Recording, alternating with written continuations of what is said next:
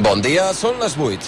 Falten poc més de 24 hores perquè comenci el judici contra Artur Mas, Joan Ortega i Irene Rigau pel 9-N per delictes de desobediència greu i prevaricació per haver mantingut la consulta independentista que el Constitucional havia suspès.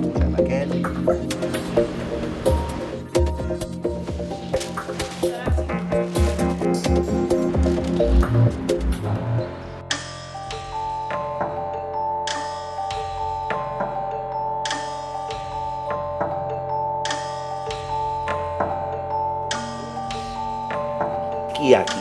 Ui, hi ha un senyor que ens ve a veure. Hola, Josep.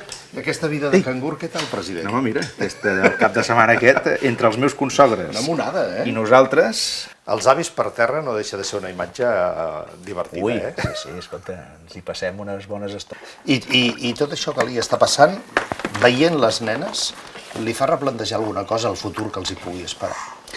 Home, algunes vegades penses, no tant el país només, sinó el món aquest en què vivim, doncs jo tinc curiositat per veure com evolucionarà tot això, no? Hem de procurar que dintre de 25 anys, en aquest món que no sabem com serà, almenys el nostre país se n'hagi sortit el millor possible. Però d'aquí 25 anys, aquestes nenes també es podran preguntar què va fer l'avi. Quan fas coses mai les fas a gust de tothom, però és millor fer coses que no fer-ne.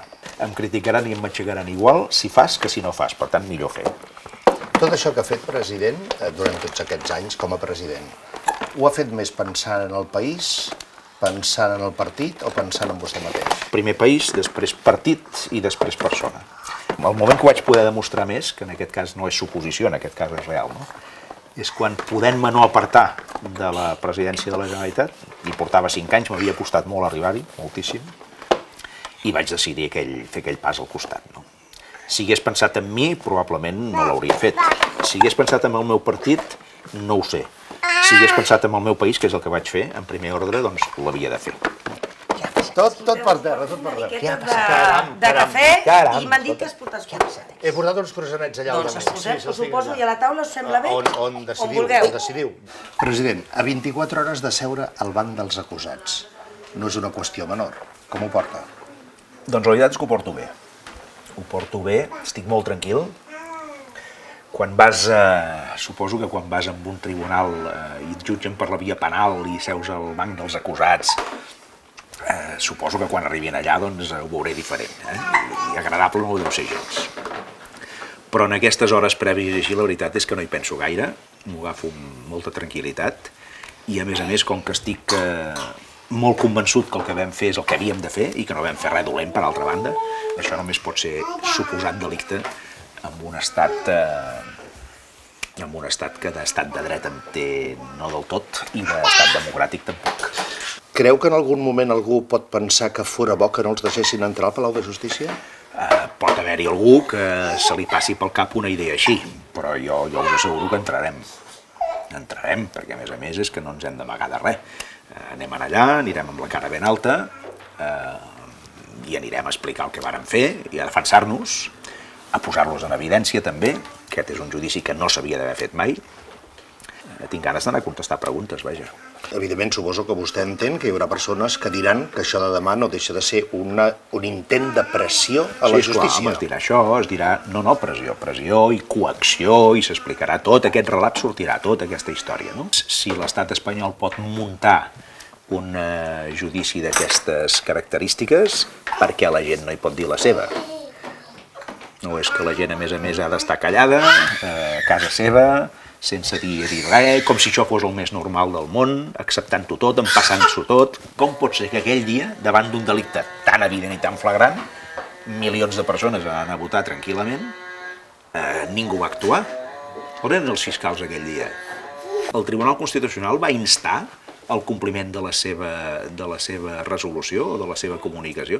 No va moure ningú un sol dit aquell dia. Jo m'acuso. 9-N. Molt bé. El diari Ara. Això va en la línia de nosaltres asseurem en el banc dels acusats, però els 2.300.000 i escaig persones que van anar a votar, en el fons, encara que diguessin que no, el tema de l'estat català, que n'hi van haver 100.000 aproximadament, aquests també ho estan d'acusats. No deixaré sol el govern si fa el referèndum. I si no el fa? Tampoc, però el farà. N'estem segurs? Això ho deia per una raó, perquè el 2014, quan vam fer el 9 de novembre, en alguns moments de les setmanes precedents, el meu govern es va sentir sol. Jo això ho vaig viure malament, perquè sé que un govern i un president en aquestes condicions s'ha de sentir molt ben acompanyat, no només per la gent, que és molt important, sinó també des d'un punt de vista polític. A vostè això no ho ha de sorprendre. Home, no. El dia que va començar sabia que s'enfrontava a un estat. Sí, esclar que sí. Sabia com és la maquinària d'un estat. No, si no em sorprèn. I per tant, saber que tenim un gegant davant que utilitza tota la seva força i totes les seves males arts per impedir que fem això, votar. Mereixeríem que l'operació Diàleg no fos un anunci a l'entrevista d'avui a La Vanguardia en Carles Puigdemont, que aprofita per dir que acompanyarà Mas, Ortega i Rigau perquè quedi clar que jutja responsables del govern. Però paral·lelament a tot això, Jordi Pujol diu que si vostè queda inhabilitat, estarà caput. Depèn. Si ens inhabiliten, a part de que ho recorrerem fins a les últimes conseqüències, no arribarem a la justícia europea, i resulta que ens en sortim bé amb l'operació sobiranista i Catalunya acaba tenint el seu estat, de caput res. Vostè se sent políticament Ara, viu. si pensem només en una mentalitat purament autonòmica, de que no ens en sortirem i de que tot això serà l'esquema de sempre espanyol, aleshores, en part, sí. Dic, vostè continua sentint-se políticament viu. Sí, home, i tant. Es veu, projecta per vostè mateix una visió de futur polític? Això no ho sé. No ho descarto, Així com el president Puigdemont s'ha autodescartat en aquest sentit per ser candidat a la presidència de la Generalitat, jo crec que una vegada ell s'ha autodescartat dintre del nostre partit, ningú més ho ha de fer, i jo tampoc. Per tant, no m'autodescarto, però això no vol dir que em postuli, perquè jo ja ho he sigut president de la Generalitat. Depèn una mica de com surtin les coses, de les necessitats que hi hagi. Intentaré tornar a actuar com hem dit aquella vegada. Primer intentaré pensar en el país, en el moment de prendre la decisió, després en el meu partit i després en mi.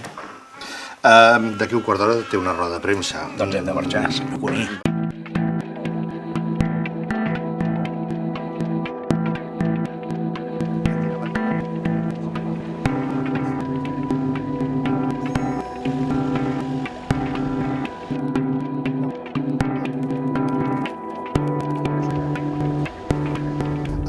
Anem a la roda de premsa. Òbviament hi ha una gran expectació a nivell mediàtic, no només català i espanyol per descomptat, sinó també a nivell internacional. Hi ha una pregunta que és, d'altra banda, em sembla que periodísticament òbvia, lògica.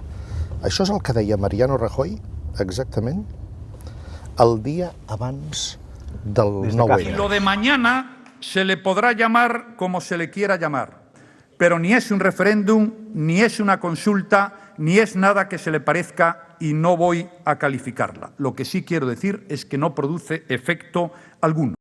Com que no hi va producir... Alguno sí, aquí estem en un judici. No, aquí li va preguntar. Com que no hi va producir efecto alguno, vostès van demanar que Mariano Rajoy fos testimoni. Clar, home, però el tribunal ha dit que no. Sí, exacte.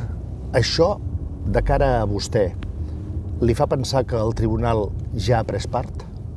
Home, no puc pensar això, perquè si arribés a pensar una cosa així, doncs ja no és un tema llavors de la Fiscalia o del govern espanyol o de la policia o de la... Llavors ja, esclar, si resulta que els jutges ja no tenen criteri propi, doncs prefereixo no pensar-ho, sincerament, no? Que aquest judici crec que es podia haver evitat? La meva resposta és sí, crec que els jutges aquest judici l'havien d'haver evitat. No s'han atrevit a fer-ho o han pensat que no ho havien de fer, doncs ja està, doncs ja anirem. Crec que és una vergonya, aquest judici, però, fixi's, si el president del govern espanyol el dia abans deia que això no era ni un referèndum, ni una consulta, ni res del que se li assemblés, jo em pregunto per què van pressionar la Fiscalia perquè presentés una querella per la via penal. Sap per què? Per què? Perquè va tenir un gran èxit. Si no hagués tingut èxit, si haguessin anat a votar poca gent, no hi seríem on som. Perdona, i per què no pot ser exactament per això? Si la Fiscalía quiere conocer quién es el responsable de abrir los colegios, en este caso los públicos, en Cataluña, pues miren, solamente hace falta que me miren a mí. El responsable soy yo. Aquí vostè s'autoinculpa. No m'autoinculpo, perquè no és cap de... President, aquí vostè s'autoinculpa. No, m'autoresponsabilitzo, que és molt diferent. Un cop això passa a la via penal... Inculpar vol dir que tens culpa. Bé, però un cop passa a la via penal és una prova de càrrec. Bueno, ho consideraran una prova de càrrec, però no ho és, perquè jo parteixo de la base que això no pot ser un delicte. A més, diuen que vam desobeir el Tribunal Constitucional. No és veritat, perquè li vam demanar 3 o 4 dies abans en el Tribunal Constitucional que ens aclarís què és el que a criteri seu s'havia de suspendre. No ens van ni contestar, senyor Cuní. Allà tothom va passar de tot, ningú va voler tenir cap conflicte. I ens pretenien que nosaltres ens quedéssim sols davant de l'expectativa de la votació i que nosaltres ho anul·léssim tot i ens ho carreguéssim tot. I això no estàvem disposats a fer-ho, entre altres coses perquè nosaltres hi havíem posat la cara perquè tot allò pogués passar. Vostè li concedeix a aquest moment seu d'assumir aquesta responsabilitat de manera pública, gosaria dir fins i tot d'una manera desafiant, però aquesta és una mirada molt subjectiva, el moment en el qual el govern espanyol fa un clic i diu això sí que ja no podem tolerar i ordena que posi en marxa la maquinària de la Fiscalia? No per aquestes coses, no. Jo estic segur que això va ser com a conseqüència que anessin a votar 2.300.000 i pico persones. Quan van veure que allò era un èxit sense precedents, un èxit total, que tenia una gran repercussió mediàtica, de portes endins i de portes en fora, es van tornar histèrics. Per cert, la Fiscalia Anticorrupció sembla que va ser qui va instar a que dijous passat hi hagués l'operació o una nova operació del 3%, amb algunes detencions de persones del seu partit. Vostè estableix una relació causa-efecte? Home, esclar que sí. És que, miri, la primera vegada que va passar, doncs pots tenir un dubte, no?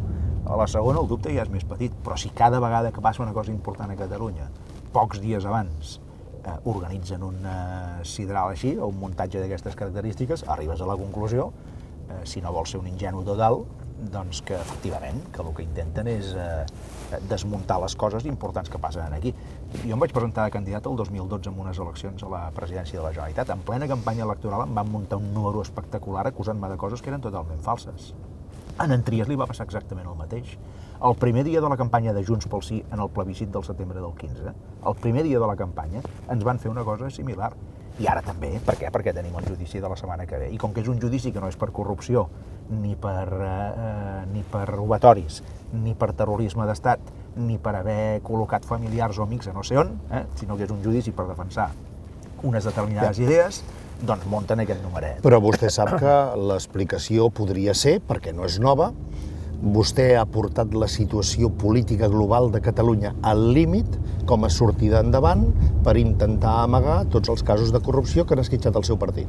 Doncs és fals. Primer perquè no hi ha hagut cap judici en contra del partit, no hi ha cap sentència, per tant no hi ha cap culpa, i en canvi jo puc dir que ens hem sentit tremendament pressionats i gairebé hem estat els únics, perquè s'intenta literalment acabar amb el que nosaltres representem, perquè saben que el que nosaltres representem és el que li pot donar la volta en l'estat català, la independència de Catalunya. I com que ho saben perfectament, van intentar destruir això. Això ho tenim claríssim, no? Amb tot això hi ha el cas Pujol, que porta cua. L'expresident ha transcendit que no fa gaires dies va dir exactament això. A mi, expulsar-me. Tota la merda per a mi. Si jo no porto molta merda al partit, no hi pot quedar poc. És una expressió d'una persona que en aquell moment ell sí que es va autoinculpar d'haver comès una sèrie d'irregularitats, no? O d'haver emparat uns determinats fets, no? Però llavors jo sé que quan ell es va autoinculpar, i això m'ho havia dit diverses vegades a mi a nivell personal, ell pretenia que ell, d'una forma o d'una altra, que ja no el tinguéssim més en compte, no? Ell deia, escolta'm, conserveu Convergència, en definitiva venia a dir això. Conserveu Convergència, tot el que Convergència significa, perquè de fet a mi no hi heu de comptar, jo ja sóc fora d'això, no? Això l'honora, en el sentit de que ell, que havia estat el gran impulsor, el creador, el fundador, el màxim referent durant molts i molts anys, doncs en el fons deia, jo ja sóc jo el que no conto, no? Ara, la manera que s'expressa, quan hi posa la paraula, concretament la paraula merda, jo crec que sincerament és del tot excessiva, no? El preu polític que el seu partit està pagant per tot plegat és excessivament alt? És molt alt. El preu polític que hem pagat és molt alt. Això és veritat. Ara, I valia la pena? Pensi una cosa, senyor Cuní, també l'hauríem pagat si no haguéssim fet això.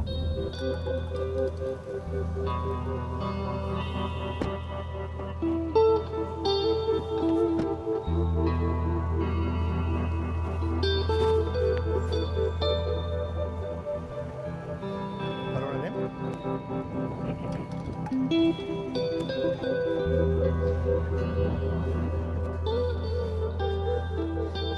aleshores... Bon dia. Bon dia a tothom. Bon dia. Què tal, com estàs? Molt bé. Senyor diputat, com anem? Molt bé. I aquesta barba? Avui que he optat per anar... No és nou look, això? No és nou look? L'eucalipto d'Austràlia. Fantàstic. Que els d'Austràlia són millors que els d'aquí? Sí, la meva germana me'ls porta d'Austràlia quan va veure el noi. Vostè, quan va entrar a Madrid de diputat, va pensar que els podria convèncer per la proximitat o que els podria, com a mínim, il·lustrar una mica més per allò de dir, escolta, vamos a cenar y lo hablamos? No, jo el que va passar és que quan vaig entrar de diputat a Madrid no estava encausat i després em varen encausar. I això feia 15-16 mesos que havia passat el 9-N, o sigui, quines casualitats, no? Per tant, això també podria voler dir que no va ser capaç de convèncer-los que ho evitessin. No només no els vaig convèncer, que no sé si era el meu propòsit, en qualsevol cas sí que el que és una dada objectiva és que jo entro de diputat, no estava encausat i de cop i volta, com per arte de birloque, passo a ser-ho. Però bueno, ja trobarem la manera de... Riurà millor qui rigui l'últim, potser. No? Vagi a la roda de premsa que després en parlarem d'això, eh? Perdoni, fins ara, gràcies. A taula directament?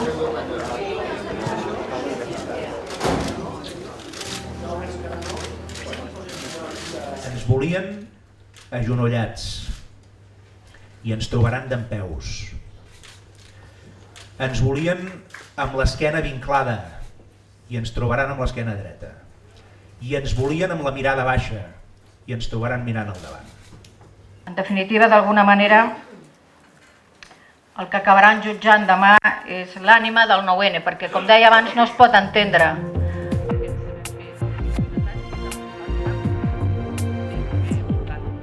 Vaig tenir el gran resultat.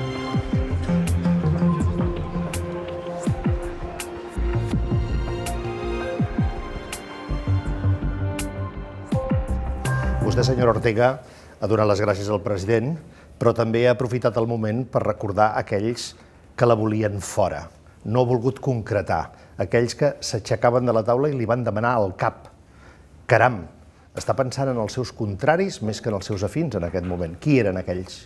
Ens vàrem quedar Convergència i Unió. Qui es va aixecar de la taula van ser tota la resta de partits polítics de l'art parlamentari, partidaris al dret a decidir. Els membres del govern del president Mas, que en aquella taula érem dos, no ens vam aixecar mai de la taula. Ans al contrari, quan el president no va torontollar i va dir endavant, doncs nosaltres endavant i enrere d'ell. M'està dient que el partit que dona suport a Junts pel Sí al govern des de fora es va aixecar de la taula. Jo el que li estic explicant és el que va passar en una reunió en la qual no hi era jo, hi havia 12 persones, no hi era únicament jo.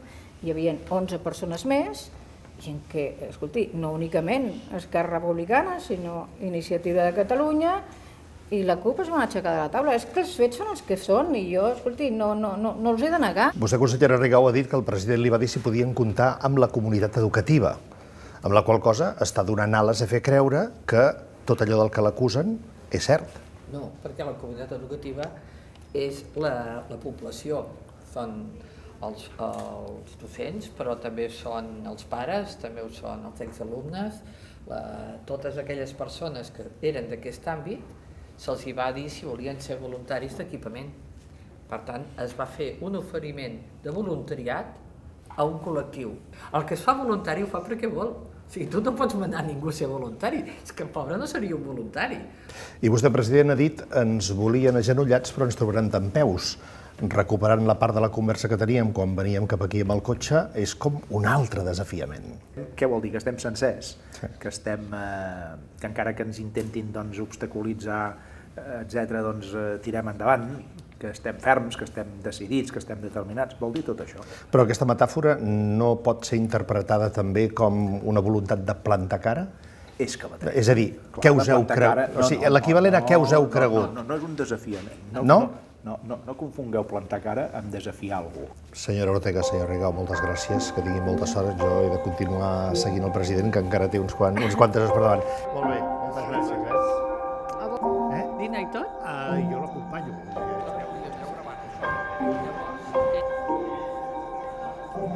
Gràcies, moltes gràcies. Que anem directament a casa de la teva mare? Bueno, jo vaig anar a ajudar a la meva dona, perquè em sembla que va una mica apurada pel que m'ha dit. Ja. Té la sensació que s'ha fet i s'està fent tan bé com vostè pensava que podia fer en aquell moment? Ara fa poc, doncs, el jutge Vidal en va cometre un, de claríssim, no? Però bé, com totes les L'error coses... del jutge Vidal quin va ser? No, l'error del jutge Vidal... Dir el que realment s'està fent i no es podia fer? No, va ser dir coses que no són certes. Aquest va ser l'error principal. M'està dient que el jutge Vidal és un gran fantasiós? Bueno, és un home que en aquell moment doncs, devia voler donar moltes garanties i seguretat a les persones en les quals s'adreçava, fins i tot els hi devia voler despertar doncs, molta il·lusió, i va explicar coses que no s'ajusten a la realitat. En el món sobiranista se li exigeix que no cometi ni un sol error i que sigui gairebé el primer de la classe. I en canvi als nostres adversaris a Madrid se'ls hi acaba disculpant gairebé tot, i quan actuen de manera absolutament destralera doncs tampoc es té en compte, no? I això crec que simplement no està ben equilibrat. Però els catalans són de mena autoexigents. Doncs està bé que ho siguem. Hem arribat davant mateix del Tribunal Superior de Justícia de Catalunya. Aquí ens passarem 5 dies aquesta setmana. Demà vostè entra com a imputat, com a acusat, i s'ha de defensar. Ja sé que ho ha fet fins ara, ja sé que ho fa públicament, però s'ha de defensar per un delicte penal. Sí, senyor. I això són paraules majors. Sí, senyor.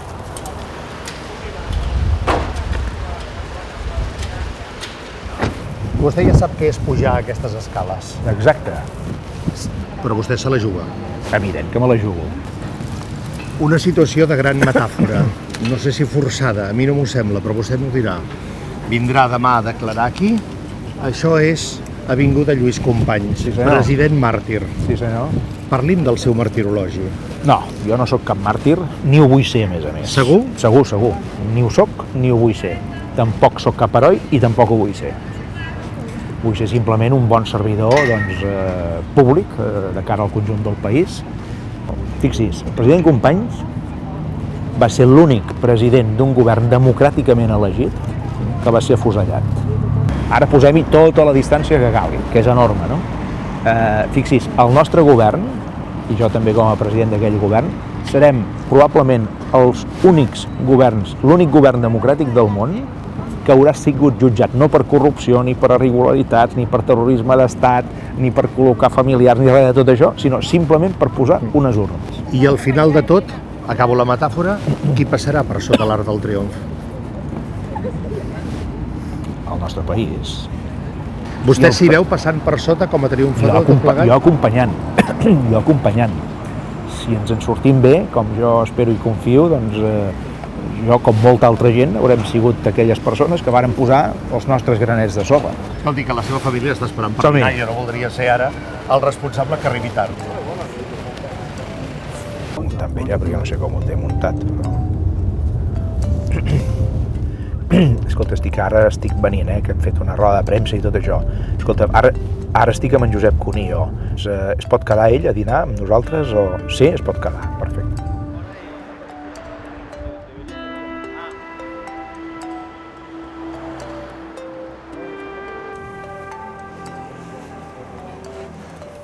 Una diferència de quan vostè era pare, ara que és avis, que abans els cotxets no giraven sobre ells mateix.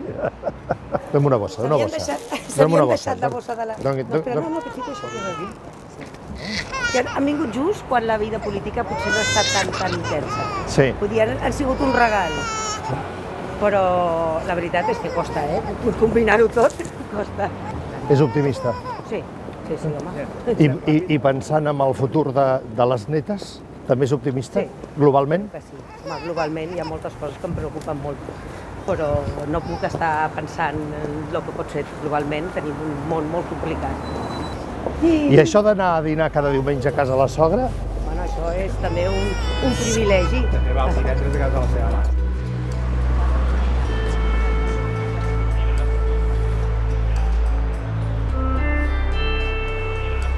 Senyora Gavarró, què tal? Com anem? Molt bé. Gràcies per rebre'ns a casa seva. Moltes ganes de conèixer-la. Què diu ara? Sí, perquè el veig cada dia. Moltes gràcies, molt amable. Sí, que no vol dir que no sempre està d'acord. No estic d'acord.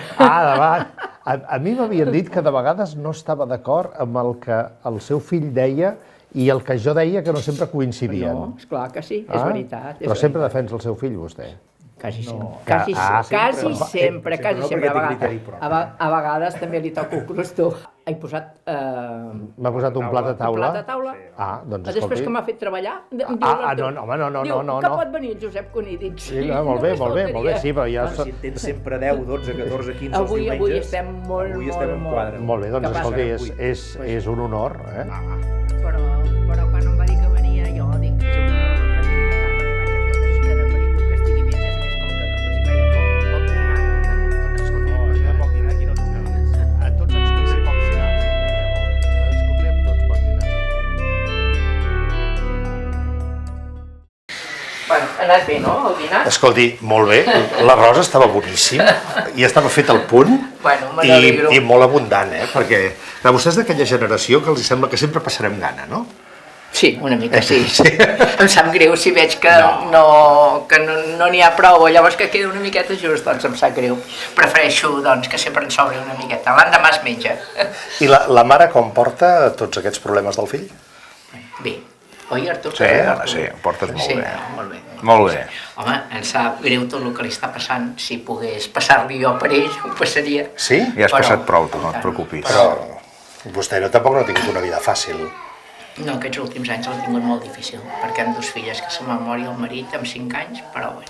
I en tot això encara estaria disposada a passar més sacrificis per ell? Sí, i tant. Per un fill, és que no t'ho planteges mai, això. Vaja, almenys jo. Ho tinc claríssim. I el dia que va néixer, ja el seu pare em va dir no estaràs mai sola, i realment no m'he trobat mai sola, perquè sempre hi he estat molt acompanyada en tots els moments, sempre m'han atès estupendament bé, tots els 4. I a més, cada diumenge els hi posa el plat a taula. Això sí. Això no falti. Això no falla mai, no falla mai. Molt bé. Encantada. Sí, moltíssimes gràcies.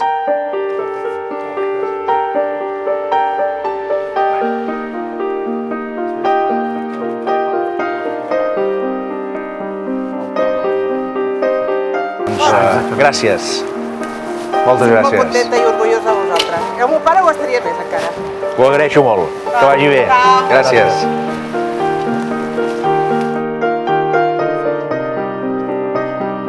Escoltant-lo durant tot el dia, tinc la impressió que té la defensa molt ben assumida.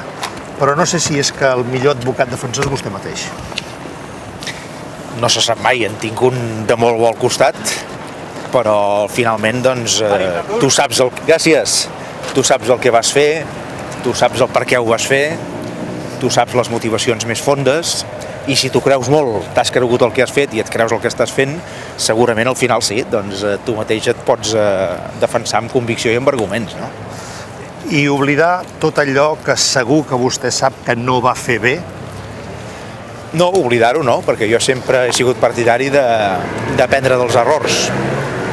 El meu principal error sempre ha sigut en política, no dic a la vida en general, però en política, sempre ha sigut pensar que el que tenies a davant actuaria com tu hauries actuat. I això ho he fet moltes vegades i m'he equivocat gairebé sempre. Però això no és un error, això és una ingenuïtat brutal. Bueno, doncs també és un error, una ingenuïtat multiplicada per no sé quant acaba sent un error. Sí, no, això és evident, però em sorprèn... Un excés de confiança. Em sorprèn que amb la trajectòria tan dilatada que té encara sigui tan ingenu. Si em permet, Home, cada vegada m'ha passat menys, esclar, però m'ha passat un munt de vegades. Estic tan convençut del que vaig fer que és que no... Ho tornaria a fer? Sí, absolutament. Igual? Claríssim, igual, exactament igual. Aquí sí que no canviaria. Tornaria a desafiar l'Estat? Així com si em dieu, tornaries a negociar com vas negociar l'Estatut a Madrid quan aquí el tripartit no se n'en sortia, etc. Doncs potser no. Potser no. Allà hi va haver també ingenuïtat per part seva. Allà hi va haver excés de confiança. Sí. Aquella anada semiclandestina a Madrid per parlar del Zapatero... Home, semiclandestina no, hi vaig anar un munt de vegades... Que després es va convertir en un boomerang contra vostè mateix, políticament. Bueno, però és que al final, si en política tu, en els més alts nivells, no pots tenir trobades discretes per poder parlar amb tota tranquil·litat, sabent que allò que estàs dient aquell dia no té per què ser objecte d'un titular l'endemà, sota la pressió dels comunicats de premsa, no? O de les rodes de premsa o de les tertúlies, és que no pots fer res. No pots fer res de seriós, vaja. No pots fer res de seriós. Sobretot amb operacions complicades, com per exemple en aquell tema de l'Estatut, no? Es va tancar el seu despatx per preparar les últimes hores, suposo, no? Sí, senyor. Puc acompanyar-lo? Endavant. Gràcies. Hola. Què tal? Bona tarda. Endavant. Gràcies. Aquí ens podem treure potser la bufanda, no? Ens acomodem. I mira, podem deixar aquí mateix. Molt bé. Entra a la recta final, els últims minuts del diumenge, per preparar tot el que suposa això de demà. Sí, senyor. Té una mica jo d'entrada li vull agrair la confiança. Home. I sobretot la transparència. Té una mica ara la sensació de la solitud del porter davant del penalti? Aquesta sensació de solitud aquest cop no la tinc gens. Altres vegades l'he tinguda. Quan? L'he tinguda en moments claus d'aquests darrers anys, però no ho dic com una crítica a ningú. Simplement és que quan tu estàs... Bé, quan ets president, en aquest cas d'un país, no? Un govern, doncs hi ha moments en què l'última decisió és teva. I vaig haver de prendre decisions complicades sol perquè no hi havia més remei. Però una cosa és la solitud d'una decisió política i una altra cosa suposo que ha de ser la solitud de saber que també sol t'has de defensar assegut al banc dels acusats davant d'un tribunal per l'envestida d'un estat. Correcte, però és diferent perquè en aquest cas aquesta sensació de solitud jo no la tinc gens. Ara, és veritat que quan t'asseus allà, suposo, jo no he anat mai amb aquesta experiència encara no la tinc, no? En tinc algunes altres, però aquesta no. Anar amb un jutjat per la via penal, no? En el banc dels acusats, etc. No sé quines sensacions tindré demà. Poc o molt aquesta sensació que sí que tinc avui és jo sabré actuar amb prou dignitat en defensa del que vàrem fer perquè et representes molt més del que ets tu mateix i fins i tot d'un govern. Jo em sento que represento, havent dit que sí o que no, aquell dia 9 de novembre, represento, doncs, poc o molt, 2.344.000 persones i escaig, no? Jo vaig en aquest judici sabent que és probable que ens acabin inhabilitant. No és segur, perquè nosaltres ens defensarem, no volem ser inhabilitats, però és probable que quedem inhabilitats, no? I això ho tinc molt assumit, jo. Molt bé, president. No vull entretenir més, que necessita aquest temps per vostè. Moltes gràcies per tot i que tingui molta sort. Doncs gràcies, a vostè. No surti, sisplau. Al revés, que vagi molt bé. Gràcies, molt amable. Gràcies, fins a la propera. Bona nit. Bona nit.